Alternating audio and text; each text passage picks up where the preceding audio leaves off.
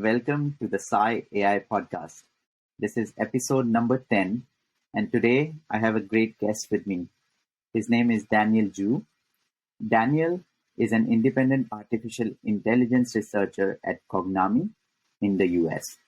He has worked supporting the US Department of Defense, including data fusion and analytic development for DARPA, the Defense Advanced Research Projects Agency, whose mission is to prevent technological surprise by potential adversaries. In addition, he worked with scientists and engineers at IronNet CyberSecurity, a startup with DARPA and NSA heritage, who have recently gone public. In March of 2021, Daniel took on full-time AGI research, drawing upon the fields of computer science, neuroscience, philosophy, and psychology. Some of his major influences have been Jacques Pitrat's CAIA, an artificial AI scientist project, Jean Piaget's childhood development theories, and spiking neural networks. How amazing is that? He sees a generalizable substrate at the basis for AGI, where engineers design the physics in which intelligent behavior could emerge. I mean, Daniel, welcome to the podcast. This looks like enough already content for us in this podcast. But anyways, welcome to the podcast. Thanks, Vivek. Thanks for having me on. Perfect. Thank you. Right, let's roll then. Let's go on to asking him some really cool questions. So Daniel, what is the alignment problem, and how could AI machines not turn into paperclip maximizers? Yeah, so it's a great question. So the AI alignment problem is, it's a name given to the idea that if we can align an AGI's kind of moral and ethical values to be compatible with humans, that we could avoid catastrophe. And it's a way of mitigating risks, and especially existential risks. This is what you would hear about in the news or with Elon Musk or something like that, where they're worried about machines taking over. But there's also other types of risks that are more immediate that we would need to address, such as self-driving cars and other robotic machinery, where they're kind of working and moving in the environment that humans are. And those risks, should be addressed and kind of developed as needed. There is a branch of AI safety that's looking at these more kind of existential problems, in which the paperclip maximizer story is kind of an example of that. It's a thought experiment where if you were to give for those who don't know, it's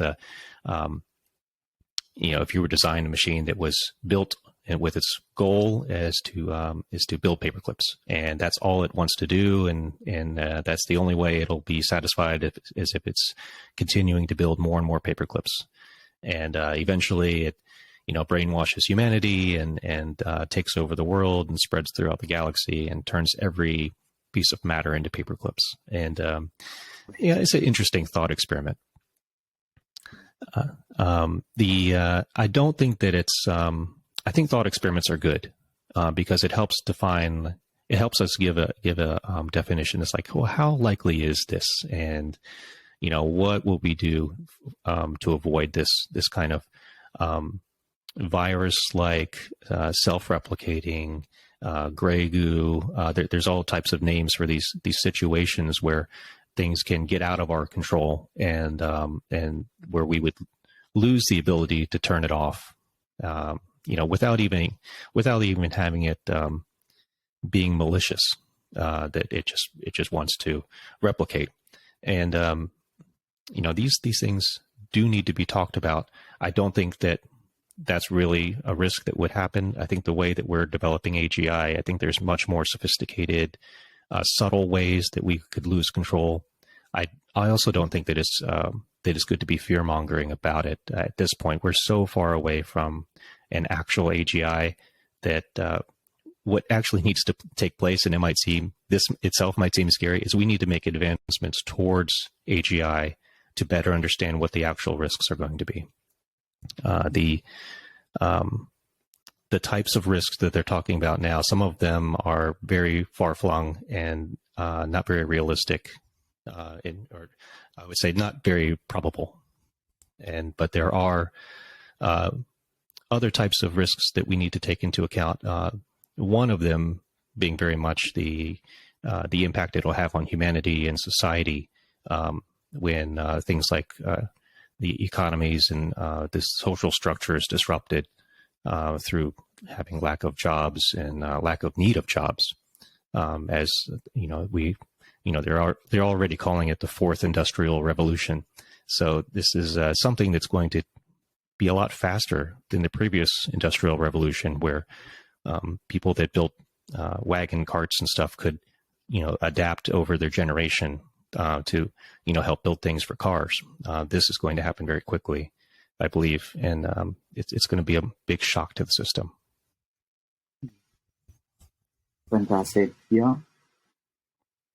Those are some really great points you've mentioned about this.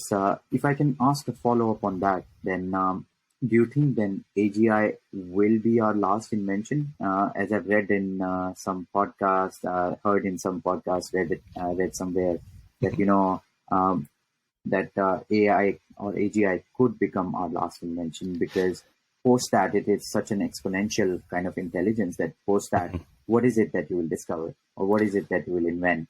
Right. Yeah, and that is an idea that I subscribe to. And this is something that I've told people in side chat discussions, that I think that AGI will be the last human necessary invention, and that once you have AGI, the type of AGI that maybe it's a nebulous term to pin it on, but the capabilities of the AGI that I'm thinking about has the ability to invent anything a human would, and to invent ways of doing things that humans are doing that don't require, human expenditure of time. So we are giving our time away during the day to work for companies to do, manipulate numbers or papers or even computer code.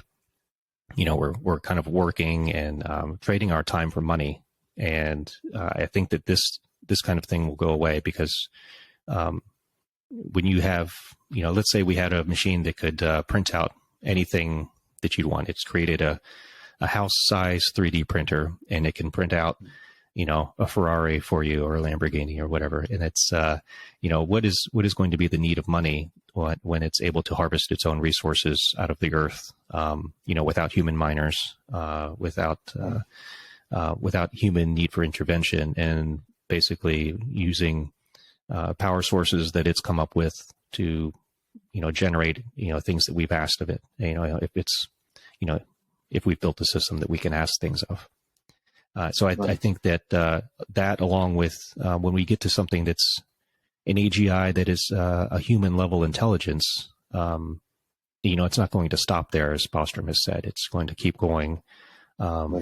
There's dangers about things called ASI, the artificial superintelligence. There are dangers with that, but along the way, it's going to be able to invent and theorize and come up with better models of our world and perform the scientific method at a greater degree than a group of competing humans who have biases and influences by, the scientists also need to eat and get funding for their ideas and all this kind of stuff. But, what if you could have something doing science out there for you that wasn't biased, that could think about thoughts without having to put food on the table? It's there will be a lot of societal disrupt just in the jobs that are lost for people doing manual labor. We might see this with, just the changes that happen at places like Uber, when you had taxi cab companies being upended by a company that has no taxi cabs. They're individual, they're kind of outsourcing the work. And, if things like self-driving cars become, good enough in our near future, then, transport will be, maybe not so much of a career choice for humans. And that's something that, those humans that would have gone into those professions will either have to find other professions, or, eventually there'll be some critical mass where something like a UBI would need to be brought into place. But I think by the time that would happen, UBI wouldn't be such a scary word for some people that are against it, or it's not tractable now while there's still people working, and those people have to be taxed at such a high rate to provide for a UBI type experience for the people that are not doing anything, or not working very much. But I think UBI would be an interim shift. I'll jump to what I would say is a future prediction is that shortly after, maybe a generation of UBI, I think the idea of money as we know it would go away. That people would not be trading things, with currency as we see it, where we need currency to buy things to survive. I think that people will have to go back to finding meaning in not their jobs, but hobbies or interests or family, engaging in society. But it won't be, chasing after wealth and trying to one up your neighbor or something like that. A lot of societal ills might go away with the advent of AGI taking money out of the picture for survival. Absolutely makes sense. And recently, Finland actually experimented with UBI, and they found good results out of it. That you can basically feed all the population by having them not do anything and just pay them, while the robots and the AI will do the stuff for you. So you're right. In future, who knows? It's good. It's good to do experiments. I think experiments are needed. And if, Finland might be a special case with, they have a very different culture than we have here in the U.S. The U.S. is sort of a band of rebels by nature. We don't like people telling us what to do, and it's just kind of ingrained in us to be a little bit rebellious. We're built upon this idea of work ethic and working for what you have, but experiments into UBI are great, and I think other countries should do it. The countries that can should experiment so that we get data back, because we need to course correct. And without, this will get back into another idea that I wanted to talk about, which was you can kind of sit around and postulate about how grand ideas should work, especially, these might be appealing to people that want to upend the social structure that they see as oppressive. They want to change everything, want to go out and change the world. But small experiments are great because we need data to course correct. And instead of, when you view science and progress like that as taking small steps and then looking at failures, expecting that, you have a good chance of failing especially at any grand venture, whether it's societal disruption or AGI work, you want to be able to take that, take the lessons learned and then make changes and not have too much pride where you kind of say, oh, I thought of this for 20 years and now we're going to implement it, with the swoop of a executive pen. Things need to be experimented on, and failures should be expected so that we can, learn from them and eventually get to the right model of what's going to work, even if it's expected to be just an interim thing for a generation. Okay, great. Thanks, Daniel. What is the distributional shift, and how will you scale the capability of the system? Yeah, so the distributional shift is more of a narrow machine learning problem where you're training the AI or the narrow AI based on the data that you have, that you've collected for training, and then you're going to put it out in the real world where it's going to encounter things that were not in the training set. And so it's going to perhaps go into failure or not do as well as you would have wanted. And I think one of the approaches that modern AGI enthusiasts are looking at is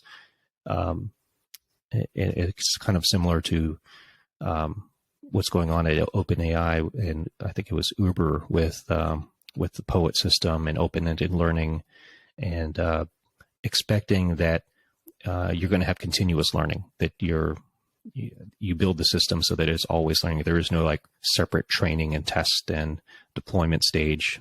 The system is always looking for changes in its environment and adapting to those changes and trying to overcome those changes. So this is, it's a frailty of modern machine learning that we have this. When there's a change in the environment, or you want to change how the model works, you got to go and retrain it and redeploy it. And when it's not behaving as desired, that can be a big problem. It's good for, not changing the model is great for current, market applications where you want to, if you have a machine learning model that's giving out home loans, you want that to be reproducible and fair and not changing over time, like not changing without you knowing about it and knowing why, what inputs you change to make the model perform differently.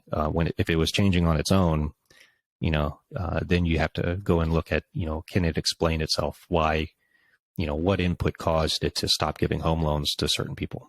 Or, that it could be a huge problem for, the way AI is being marketed right now and used to make money. So the distributional shift is more of a problem for the current avenue of machine learning, which is, I think, far and away different than approaches to AGI, where we're looking from the ground up to build something that's always learning, that's always has the ability to adapt, that is looking for changes in its patterns and continuing to learn new patterns. As scaling the system is something else you mentioned there, and I think that problem is, my opinion of scaling the system is that a horizontal approach is the best way, versus scaling up into big GPUs or big single computers. I think progress could be made on today's commercial hardware with horizontally distributed systems. There are some people in the AGI community who think that, we're going to need near infinite computation to get anything done, or some people base their ideas of intelligence based on infinite computation, and then there's other people that say, oh, we need neuromorphic hardware, or we need FPGAs, or we need some quantum computing ability in order to do what's going on in the brain. And while this might be true to some extent, I'm hesitant to fall into those camps, because I feel like it's an excuse. Like, to me personally, I don't have enough background in those areas to say that, yeah, we definitely need, quantum computing. I feel like if I said that, I would feel like I'm making an excuse to not move forward with what we have. I think there's plenty to learn by using commercial grade hardware and doing small experiments in order to course correct. We need to course correct early versus, sitting back and waiting for something, some new hardware to develop or mature in order to, or funding to be given by the government or something like that. You could wait for all these kinds of things. You could wait for complete understanding of the human brain, which may or may not happen. But I think the right approach is to start small and make adjustments, take those first scary steps and be willing to fail. And that's something that the DARPA culture really ingrained in me, was that you have to be willing to fail and not just fail, but learn from the experience of failure, and like take out what you will, and then make an educated choice on what steps you're going to take next. So what does it take to build a general intelligence system? Is it the right coders, researchers, or do you think, more importantly, it is the know-how of the philosophical fundamentals such as free will, determinism, etc., to build a really strong self-thinking artificial intelligence machine. Yeah, exactly, Vivek. This is where you need a expertise in all kinds of things outside of computer science in order to build a holistic sentient being. I think it does take several people, at least several people, to make some advances. And there is those people have to be open to many different theories. And I think the most fruitful way to approach it is not by saying, not clinging to one particular theory of how things should be done, but be willing to draw upon different disciplines that have tried to make models of the world. And that includes philosophy, psychology, computer science, neurobiology. We're slowly making models of how we are interpreting how things work, and how successful people live. And we're not going to wait around for any of those things to be done, in a sense, or even to claim that some theory is perfect. We have to make some sort of incremental small advances. So you have to have people that are willing to draw upon philosophies that perhaps they weren't raised to believe in, and at least try to take abstractions from those, from different types of philosophy, types of approaches, different ways we think of the brain, and build from there. So you have to have people that want to generalize the system from the very beginning. So at the very beginning, when we're designing the system, the substrate that we're building kind of acts like the physics of the world that we live in. It defines how information is passed around and how the system should interact, but it doesn't prescribe certain human knowledge about it. So I think for building an architecture, if we knew how to do it, we would have already made a lot of progress towards that. And we're still very far from AGI. We have to be willing to have a team of people that is going to take ideas from different disciplines in philosophy and psychology and neurobiology and some of computer science, and apply that in a way that allows a generalizable substrate to exist, where our current models can be projected and our current human models of, say, psychology and philosophy could manifest themselves in a way off of that system. So instead of building an AGI architecture that has a certain philosophy or has a certain inherent morality or nature of psychology hard-coded into it, when we look at the behavior on top of a generalized system, it should be able to exhibit those behaviors that we observe in humans. So if we put, if we're teaching it as we're teaching a child, then it will exhibit the same behaviors as when children learn. So that's what we're looking for. It doesn't mean that it's built exactly the way a child is, and we haven't coded it so that it's going to do exactly what we expect. But it allows theories, and especially competing theories, to exist. And one of the easiest examples, I think, is Newtonian physics versus relativistic physics. These are competing models. They agree up to a point, and where they're useful. I think of this as something we're building here called facet theory. It's still kind of under development, but the idea is that when you have a model that works for the world, that's kind of like a facet on a gem. You can imagine a huge diamond or something, and the size of the facet is kind of relative to how useful it is for humans. And right now, that the size of facets changes over time. Newtonian way of looking at the world was great. And then there's a competing, there's an alternate way of looking at the world where you're using relativistic physics. And sometimes we need that.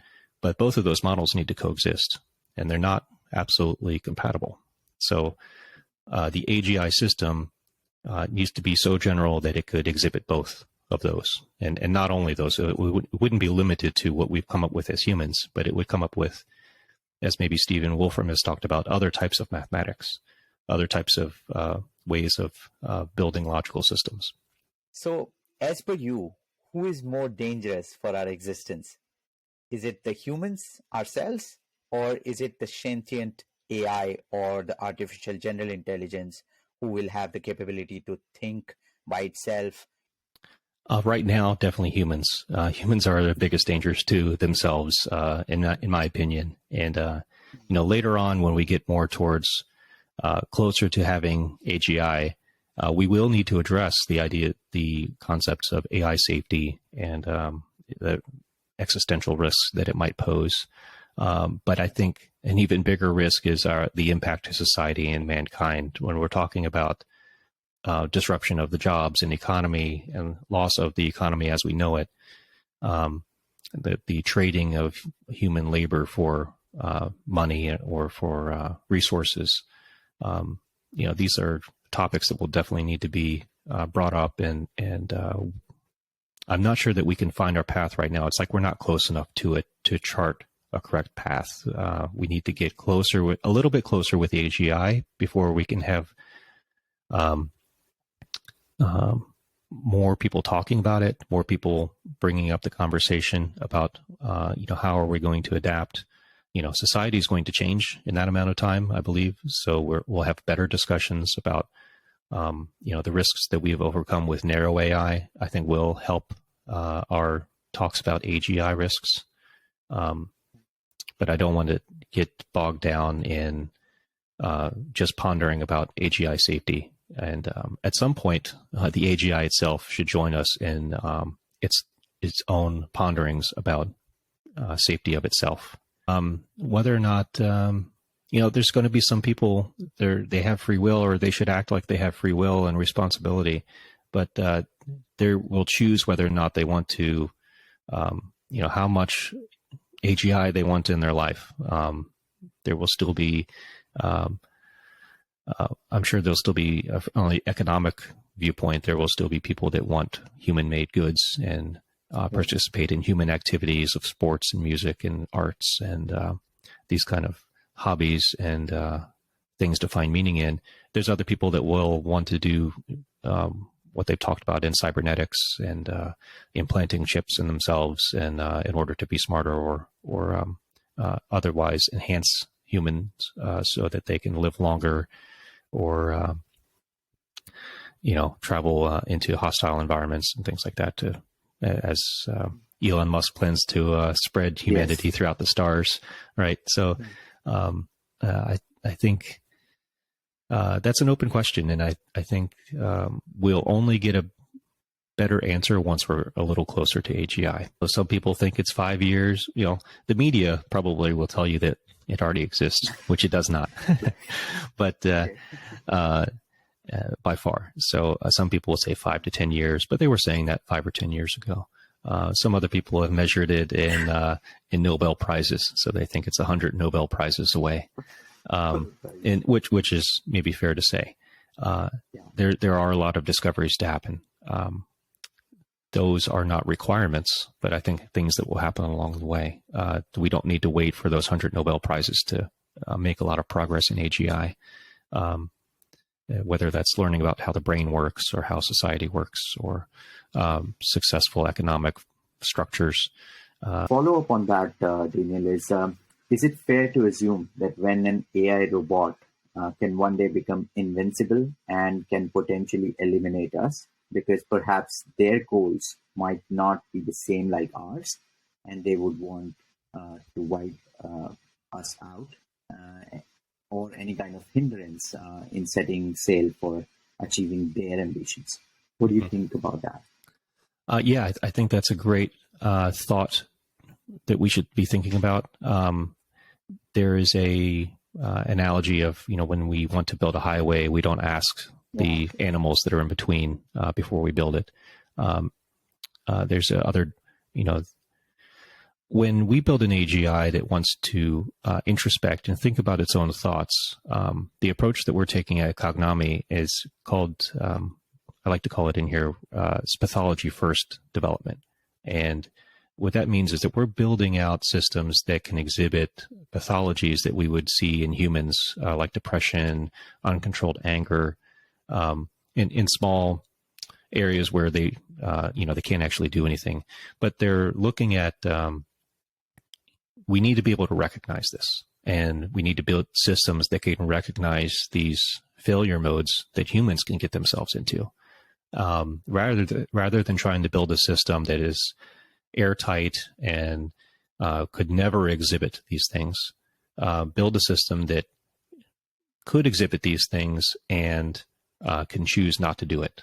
And I'm kind of drawing on these inspirations from Carl Jung and Nietzsche when they talk about looking into the abyss and looking into the propensity for human evil, for humans to be evil and to do crazy bad things and then choose not to do that. And I think that's something, that's an approach where we use to build strong humans and strong human minds. And we're going to take that approach with AGI so that if it ever finds itself, either predicting or in a state of leading towards depression or anger, or not realizing that it could become a tyrant, it needs to be able to realize that it could be that in order to avoid it. So imagine an AGI that couldn't realize that it has become an angry tyrant. That would be a very dangerous thing, right? So if you've never programmed the system with the ability to introspect on itself, to observe what its behaviors are with other theories of mind with humans as projections of intelligent individuals, then you have little choice of being able to course correct. So that's one way that we could avoid things like value drift, and where we would talk into changes in goals that have a large conflict with humanity. It would need to realize that goals are in conflict, and we as humans still have to work on what reasons can we give an AGI or super intelligence, reasons for us being here. So I think that's still kind of an open question. I think for today's machine learning and deep learning progress, I think that's not going to lead to AGI, to put it succinctly. And I don't like to speak in absolutes, because maybe there is a way, if you spent many thousands of years or something, that you could arrive at something that looks like AGI. But I don't think it's the most expedient way. So I don't think that that's really a worry for the current way that machine learning and deep learning, et cetera, are heading. Complete understanding of anything is an excuse to kind of spin your cycles on it. You could have 1,000 neurobiologists trying to discover how exactly the brain works, and have competing theories, if they even join theories together. But I think it's good for us to take small steps and actually try and fail with our AGI experiments in computers, with limited implementations, taking inspiration, but not necessarily trying to recreate verbatim what we think is going on in our biology, because we are still building upon chips in silicon that have transistors that are different than exactly how the neurons work. But I think it's right to take inspiration, but not hamstring ourselves by waiting for the complete explanation of how anything works. We should make incremental progress and expect to fail, and look for other, when we get up to a point where we're kind of hitting a wall and we're not making any more progress, we need to go back and reevaluate what assumptions we had and look for inspiration from other places like philosophy and psychology, and maybe back to computer hardware, and look at other things that we're missing and really study that area of other symbiotic, I would say, fields. The word was escaping me. It's all right. Yeah. Let's see.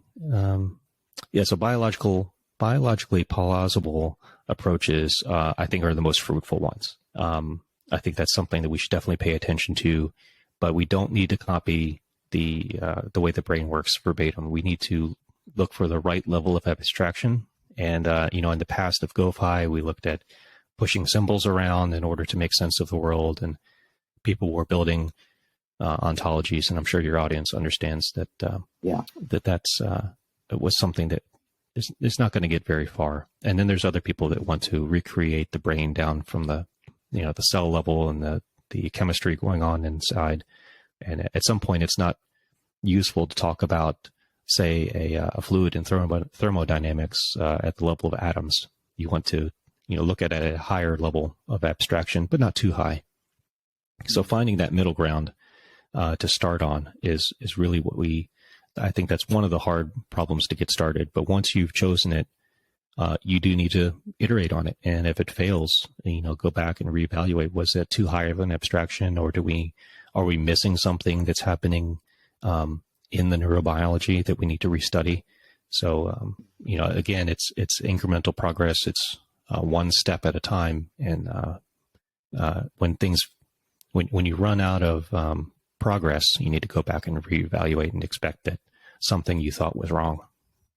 So what is the 1,000 brains idea? How is it different from neural networks? And why is it important in creating a better AI? Yeah, so the 1,000 brains theory is something by Jeff Hawkins and his group at Numenta. What he's doing there with the 1,000 brains theory is when he was looking at, he looks a lot more at the neurobiology and how the brain is structured. And he's saying that, within that cortical layer on the outside of our brains, there is a repeating pattern of these pattern recognizers. So arranged in kind of like a hexagonal grid or something. And that each of these cortical columns have individual pattern recognizers in them, and it can recognize kind of features within a scene. And that as we see, make sense of our raw inputs. So the 1,000 brains theory by Jeff Hawkins over at Numenta is pretty interesting. His book is great on it. And the idea is that on our neocortex, there's all these cortical columns that are recognizing parts of scenes coming in from our raw sensory data that have kind of been processed. And what we're conscious of is actually the voting system on top of all of these pattern recognizers. So as I'm looking at the camera, I'm seeing the camera and maybe a screen and a light and a table and a cup and things like that. And all of these pattern recognizers, thousands of them, hundreds of thousands of them, are some of them are signaling that they're recognizing pieces. And what we're conscious of is voting which ones to pay attention to and which ones are important for the scene. There's talks of it about how it's used in prediction. I think they're still working on some of the theory. So it's definitely something I'm trying to keep abreast of and understand, whether or not the substrate that I'm building could reflect the ideas that he's talking about, that he's observing with his neuroscience and the studies over there. I think it's, how is it important for AGI development? I think it's good overall for all kinds of AI development, because you could use it as sort of an ensemble pattern where you're looking for multiple models of how things work and how the world, the particular part of the world that you're looking at works, and taking a vote among all of the different models rather than trying to build one Uber model that is able to do everything. I think that's a lot more fragile. And that ties in with some of the other robustness that we see in biological intelligence, where we could have a lot of damage to our brain and a lot of neurons dying off and other types of forgetfulness in the memory, but our brain still works. And we don't reach the critical,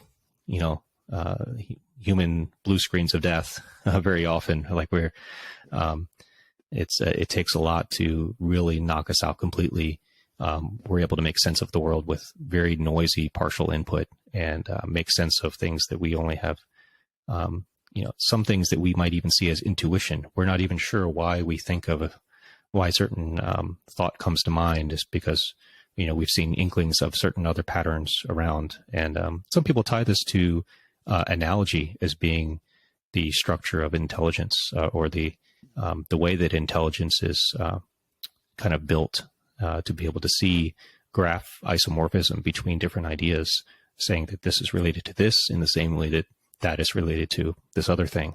And, that really influences how a lot of our brain works. These cortical columns are actually all over the surface of the neocortex, and they're similar to structures that they have in the, I think in the old brain is what he is writing.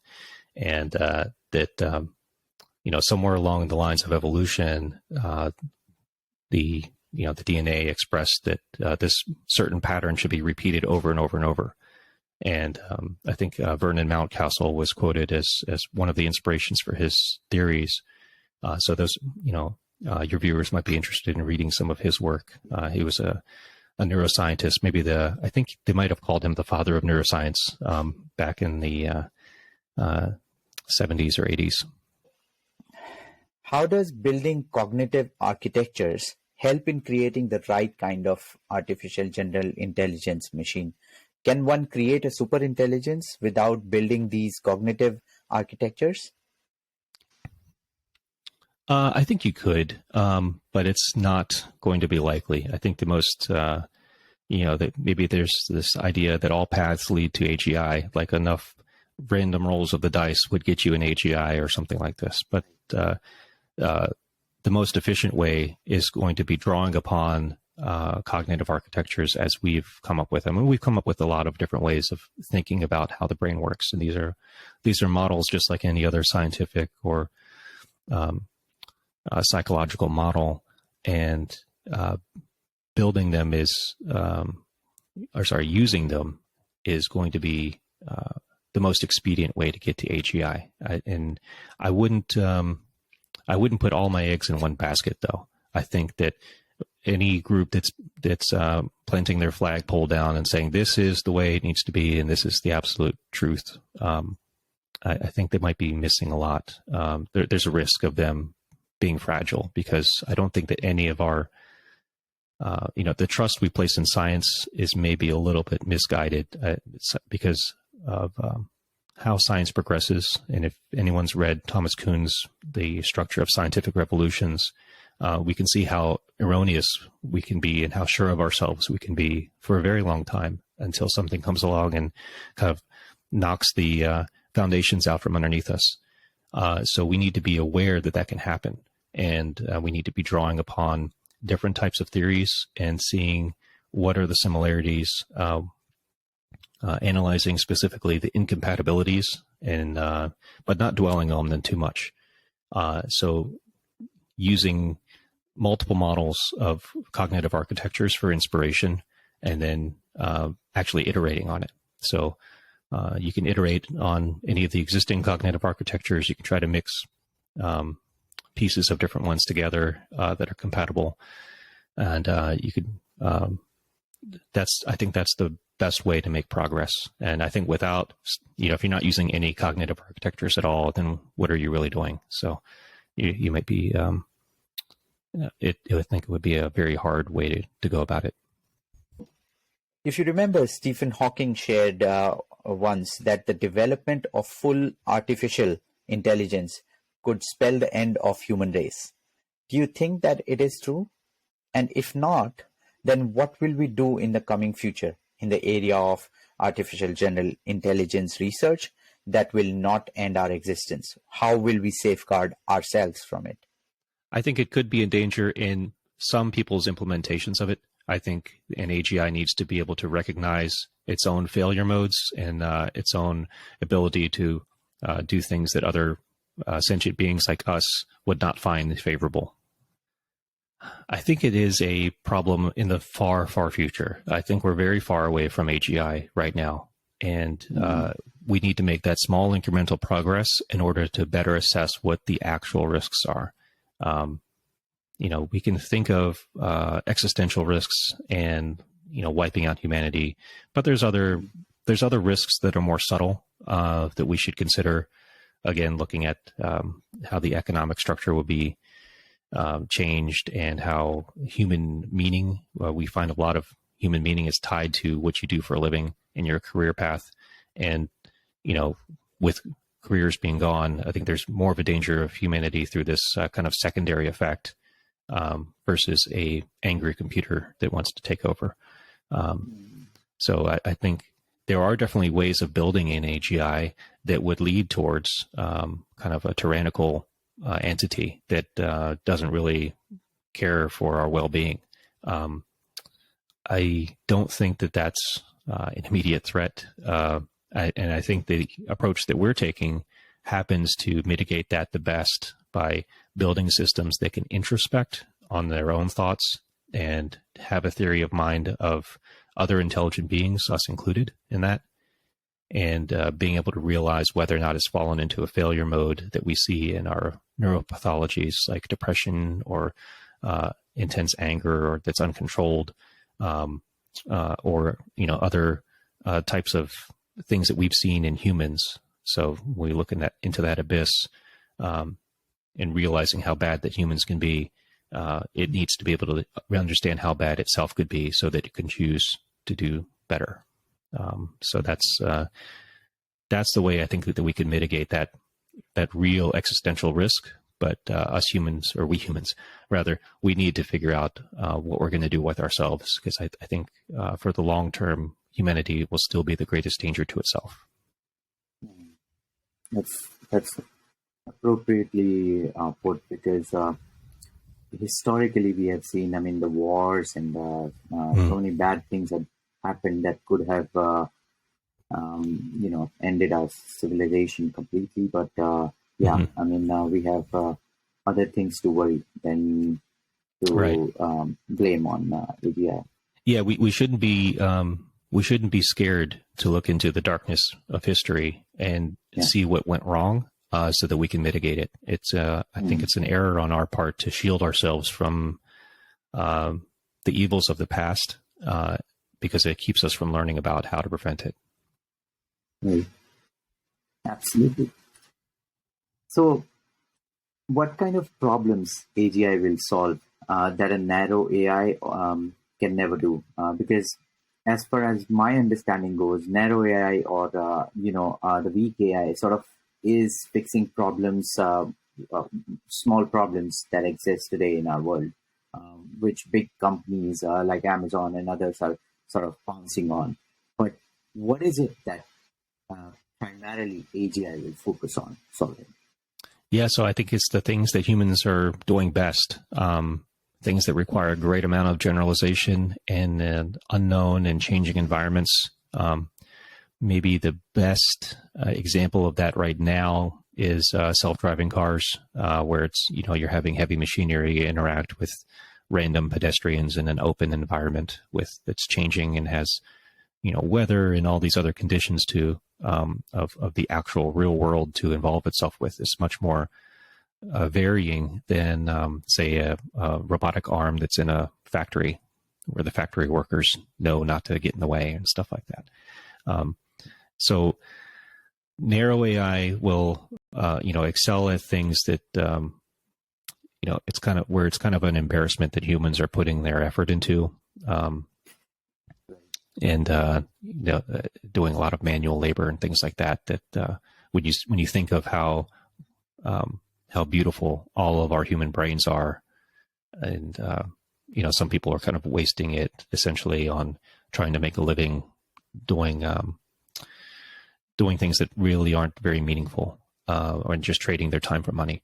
So it will excel there. Now, the last frontier, which I think AGI is going to take care of, are these very complex, highly social problems where we're having to interact with a computer, having it ponder scientific discoveries for us, having it invent new products or work in environments that are dynamic and changing, and where there are dangers to itself as well as dangers to other humans, such as kind of being out in the world as a robotic entity or dealing with social policies and advising people in politics.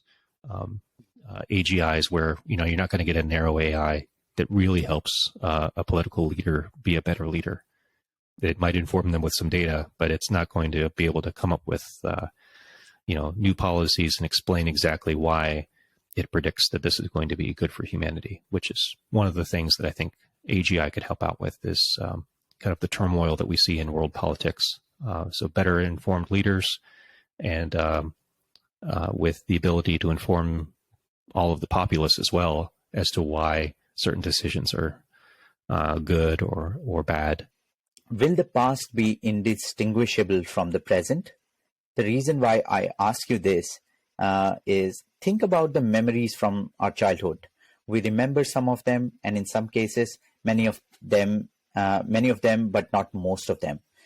With AI taking over and making sure we have an artificial brain of ourselves with us all the time, who will keep our pictures, videos, our travel history, our tweets of what we felt at that time, our articles as to what was our motivations, our public talks, etc., all in one place and can be retrieved at any point of time we need, as bandwidth wouldn't be a problem in the future. So how will we evolve as species from being completely empty in our brains about 100,000 years ago when our ancestors only had to hunt for food, and that is the only kind of cognition needed compared to the scenario I have just mentioned. So will it completely change our species is what I meant. What is your opinion on this? Yeah, I think it would be, humanity will be unrecognizable from in the future. I don't think it'll be very sudden. I think it will, we'll have that progress. We'll have a progression through something that looks like UBI that will eventually lead to a society without needing money as we know it, where we're trading our time in our efforts in order to be able to survive. There are, there's theories about cybernetics and people that want to have the ability to access all of their memories and basically try to wirehead themselves so that they can have computer type abilities within their brain. I don't pay that much attention to those. I think it's a bit of a distraction for where I'm putting my efforts into. And I think we'll have to contend more with if the, if you have an AGI that's smarter than us, and we've kind of anthropomorphized this AGI. So how are we going to struggle with our rights? We're going to have this new species that's intelligent, that is, more intelligent than most people, and probably won't stop there. How are we going to work with, having that exist in our society, and it has its own goals and needs? If it's truly a sentient being that has its own thoughts, where it's not a slave to our wishes, then, we have to contend with that, just like we contend with humans today, and we don't treat, we shouldn't be treating each other like slaves.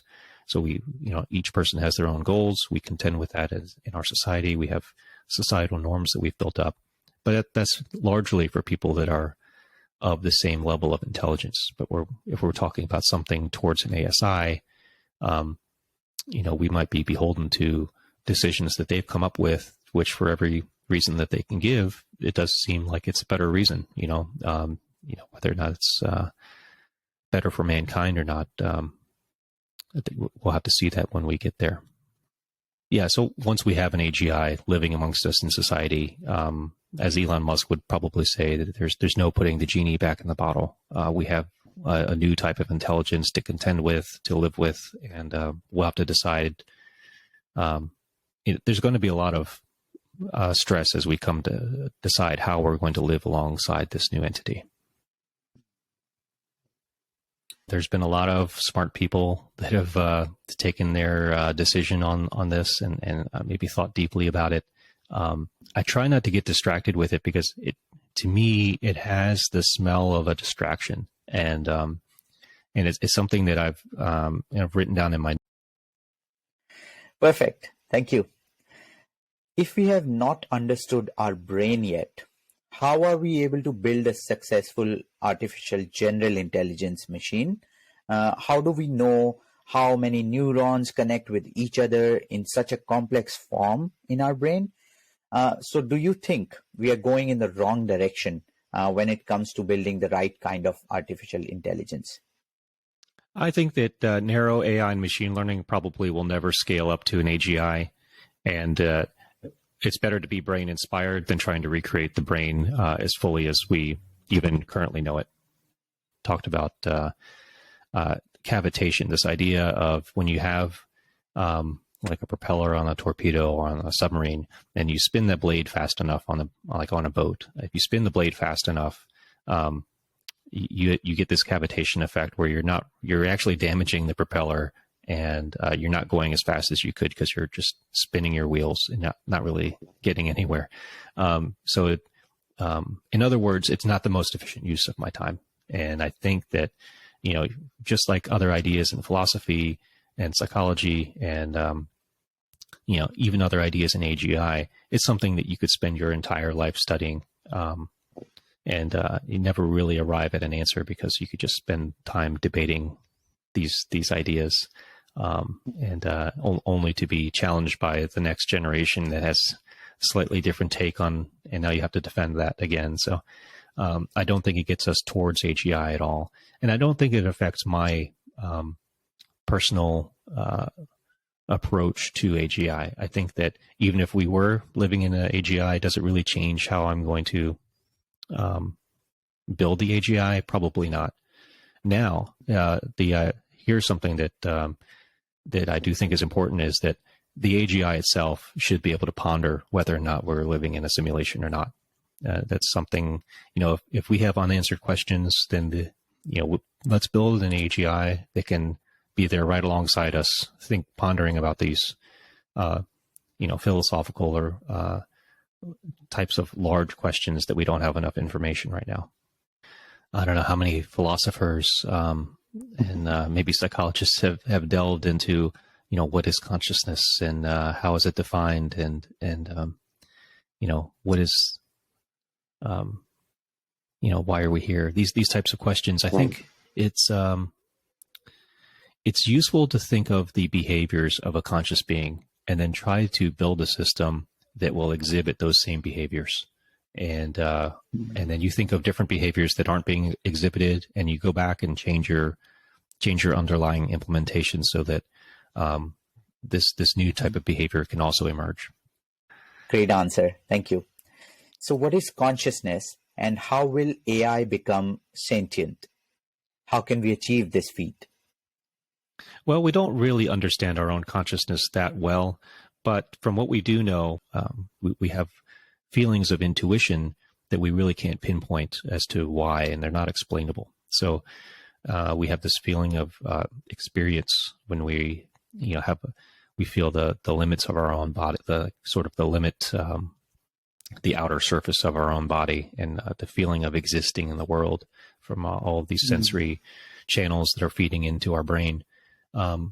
So those types of behaviors and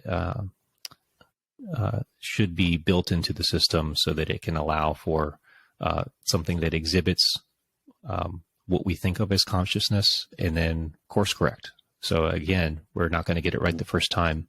I don't think that, almost all of the interim stages where we get things wrong, I don't think that they're going to be real AI risks. I think that they're going to have failure modes that are pretty easy to, stop the program and go in, and we'll have to figure out why it's not exhibiting the behavior that we think it should be able to exhibit. And then, we need people to critique the work and say, it doesn't do this or that, or we have, we as humans have this other facet of consciousness. And if those arguments can be articulated well enough, then we can try to codify some small aspects of those things. And then, we don't want theories if you look back and to reference Thomas Kuhn again, we don't want theories that have built up over a long period of time, because there's a chance for small mistakes to be kind of, written away and allowed and seen as very small mistakes. But we want to seek out the revolutionary ideas. So you might have small problems with, say, the old geocentric view of the Earth or something like that, right? And they kept making adjustments and small changes as they discovered small errors. When in reality they needed a huge paradigm shift to look at the heliocentric model. So that's something that we need to do with consciousness as well. As we can make these small incremental steps, but we should always expect that maybe the basis of our the foundation of our program was just not generalizable enough, or didn't account for some types of conscious behavior that we've now been able to articulate. Awesome answer. Thank you so much. What is the meaning of life? And what do you think? Why are we here in this universe? Is it just pointless to think about it? Or is there a deep meaning in our existence? Something that we are not yet able to comprehend with our limited chimp-like brains. Yeah, I think I'd like to believe that there is a meaning to life, and that I think that helps motivate me to do something with my short time on the earth. I do have favored models where I'd like to think of myself as being put in this world to do something over the very short time span that we have here. We know that of our human frailty and our human existence is very is very short in the long history of the earth and the universe. So the most meaningful thing to me would be making an advancement in solving problems. I think that's one of the things that humans are really good at, besides providing that they're going to stay alive. Looking for survivability is they're trying to solve problems. And now with less of our focus on trying to survive and putting less resources into just surviving, we can think about solving other problems for the future of humanity and future generations. And I think for me as a computer scientist, the biggest thing that I could do is to try and build this new intelligence, try to build a new species that will live alongside us and really help, that may help save humanity from itself.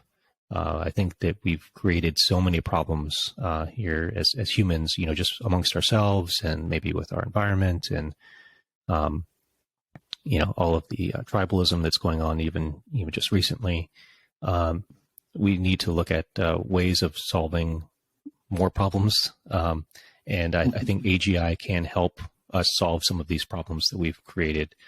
And that's really the something that would be meaningful to me. And if I, it's one of the reasons that I kind of gave up a lucrative job and decided to work full time on AGI, is that if I'm on my deathbed, I can look back and not have any regrets about having worked on this, even if I didn't get there or someone else got there first.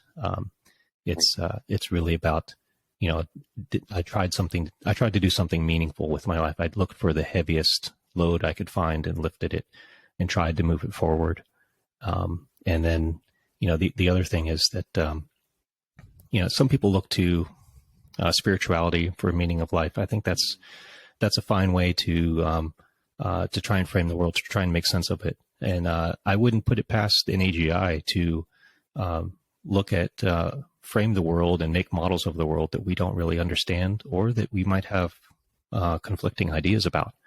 I think that as it tries to make sense of the world as well, it's not going to have all the answers. It needs to be able to survive in an area that has where it has limited computational resources to think about things. It has limited knowledge about the world. We have a very small amount of knowledge about the world. Even through all of our senses are continuously flooding us with noise, it's still a very small spectrum of the amount of information that's all around us.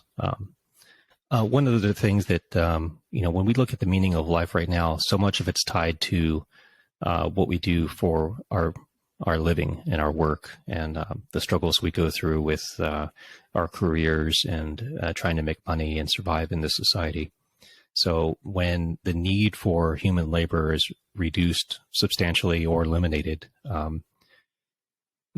there's going to be a huge social problem and psychological problem with us humans, or we humans, trying to find the reasons for being here. And we're going to have to maybe fall back and look at our hobbies, looking at our sports and our music and social relations with other humans as our real meaning of life and the meaning for being here. The utopia that some people talk about, whether through today's politics or through AGI or artificial superintelligence and singularities and things like this, it's not, it's not all great. If you look back at John Calhoun's experiments in the 60s with the mouse utopia, he saw society break down there well before the population was a problem. And there's lessons from those types of experiments when all stressors and all need for survival and survival instincts are taken away from an individual, from a sentient being.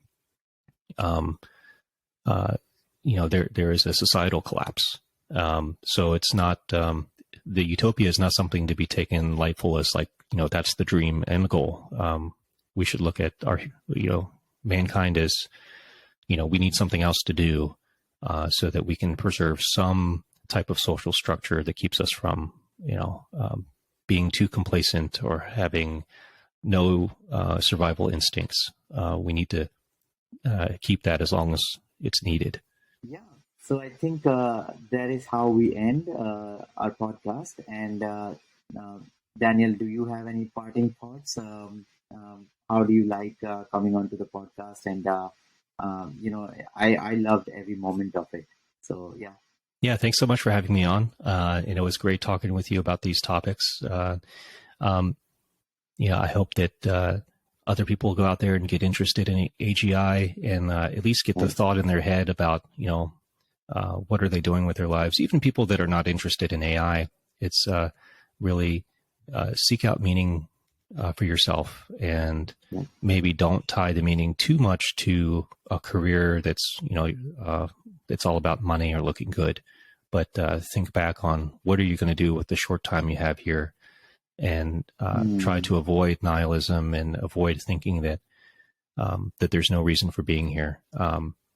I think that's a destructive type of mode to be in, and that's something an AGI should be aware of falling into nihilism, and we should as well, so that we can do something for the greater good of humanity.